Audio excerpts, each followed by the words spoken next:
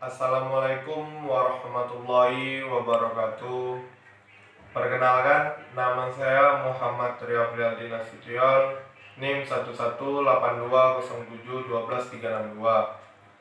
Saya dari kelompok 4 akan mempresentasikan hasil tugas saya yang berjudul sewa guna usaha dan waralaba.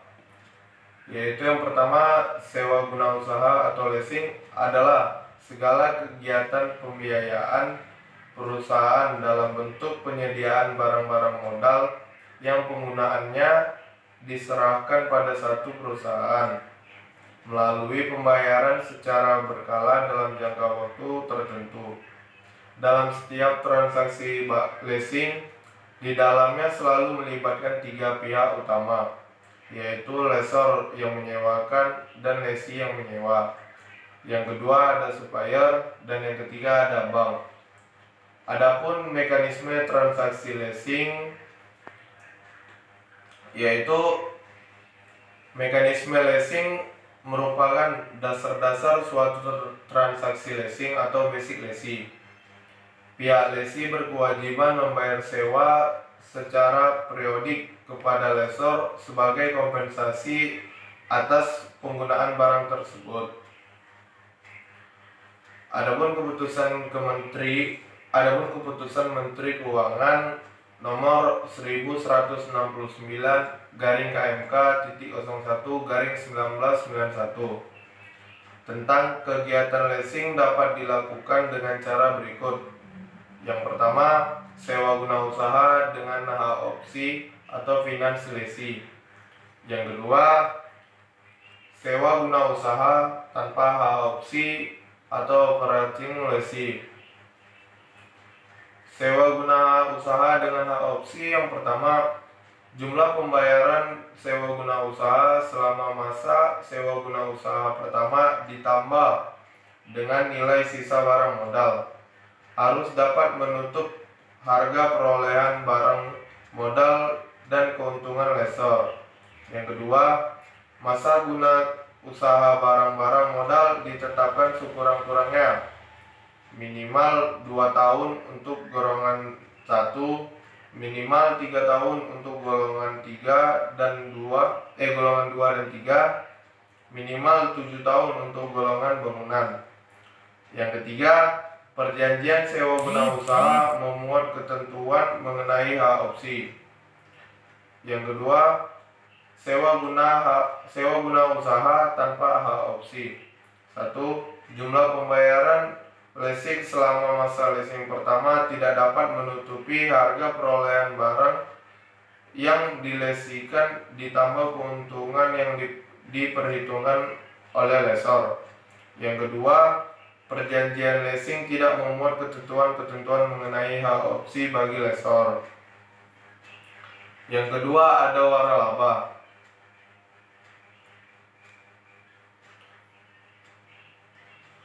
Dalam bahasa Indonesia terdiri dari kata wara, yaitu lebih, dan laba, yaitu untung. Jadi berarti untung lebih. Definisi waralaba ini yaitu perikatan di mana salah satu pihak diberikan hak memanfaatkan hak kekayaan intelektual atau haki atau pertemuan dari ciri khas usaha yang dimiliki pihak lain dengan suatu imbalan berdasarkan persyaratan yang ditetapkan oleh pihak lain tersebut dalam rangka penyediaan atau penjualan barang dan jasa.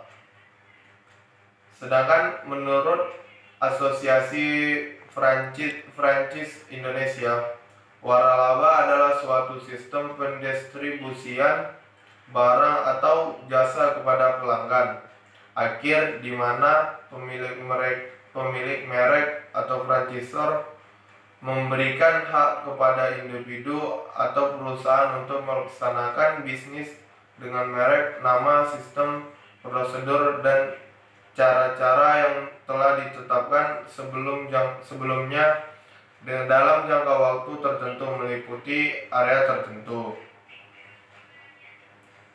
Adapun dasar hukum waralaba yaitu yang pertama PP nomor 42 tahun 2007 tentang waralaba. Yang kedua Kepmen Perindustrian dan Perdagangan RI nomor 259 garing MPP garing Kep garing 7 garing 1997 tanggal 30 Juli 1997. Yang ketiga Undang-Undang Nomor 14 Tahun 2001 tentang Hak Paten. Yang keempat Undang-Undang Nomor 15 Tahun 2001 tentang Merek. Yang kelima Undang-Undang Nomor 30 Tahun 2000 tentang Rahasia Dagang. Istilah dalam waralaba atau franchise yang pertama adalah franchisor, yaitu pihak penjual franchise atau pemberi waralaba, badan usaha atau perorangan yang memberikan hak kepada pihak lain untuk memanfaatkan dan atau menggunakan haki atau penemuan atau ciri khas usaha yang dimilikinya, bertugas memberikan outlet dan bahan baku serta menyediakan pelatihan operasional bisnis kepada pihak franchise. Yang kedua, franchise, penerima waralaba atau memberi franchise, badan usaha atau perorangan yang diberikan hak untuk memanfaatkan dan atau menggunakan hak atas kekayaan intelektual atau penemuan atau ciri khas yang dimiliki pemberi waralaba. Haknya adalah menerima outlet, peralatan atau inventaris usaha lengkap, distribusi bahan baku, pelatihan khusus, menerima transfer rahasia manajemen, lisensi, penggunaan merek bisnis, serta hak konsultasi. Yang ketiga ada franchise fee, adalah biaya pembelian hak waralaba yang dikeluarkan oleh franchise setelah dinyatakan memenuhi syarat. Yang kedua, umumnya dibayarkan satu kali saja, akan dikembalikan oleh franchisor dalam bentuk fasilitas pelatihan awal, dukungan setup awal dari outlet pertama yang akan dibuka franchise. Yang keempat ada royalty fee. Royalty fee merupakan royalty yang harus dibayarkan pihak franchise kepada franchisor, dibayarkan pemegang waralaba setiap bulan dari laba operasional. 3. Biasanya harus dibayarkan setelah 3 tahun pertama. Yang keempat yaitu besarnya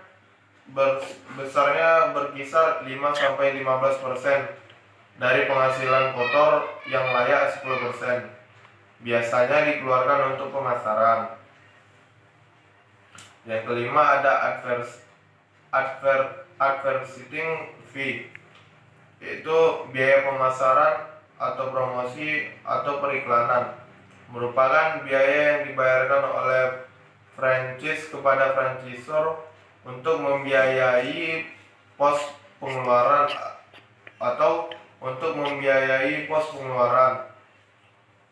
atau belanja iklan dari franchisor yang disebarluaskan secara nasional atau internasional.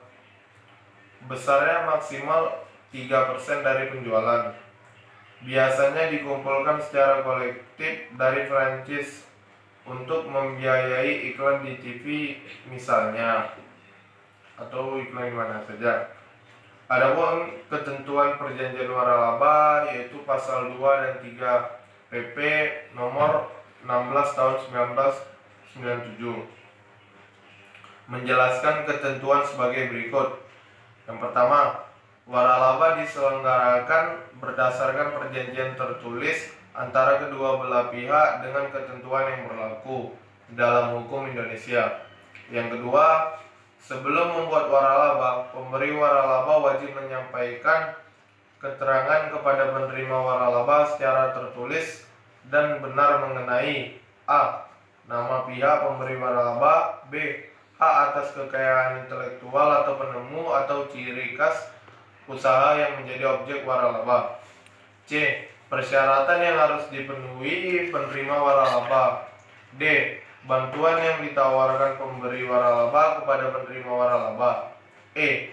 Hak dan kewajiban pemberi dan penerima waralaba. F. Pengakhiran, pembatalan, dan perpanjangan perjanjian waralaba. Adapun kelebihan dan kekurangan waralaba, yaitu yang pertama kelebihan waralaba, 1. Bantuan dan pelatihan manajemen. Yang kedua, konsep perusahaan, produk dan nama yang telah dikenal.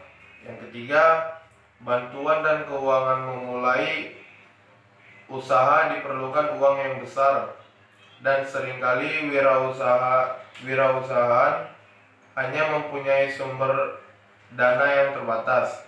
Yang keempat, kepemilikan pengelolaan waralaba memiliki perusahaan secara pribadi. Kekurangan waralaba yaitu yang pertama, biaya awal yang tinggi. Yang kedua, pembatasan kebebasan beroperasi. Pewaralaba harus mengikuti berbagai ketentuan dan peraturan yang ditetapkan oleh perusahaan induk. Baiklah, mungkin sekian yang dapat saya presentasikan. Lebih dan kurang saya mohon maaf. Dan bagi teman-teman yang tidak mengerti, silakan komen di kolom komentar ini.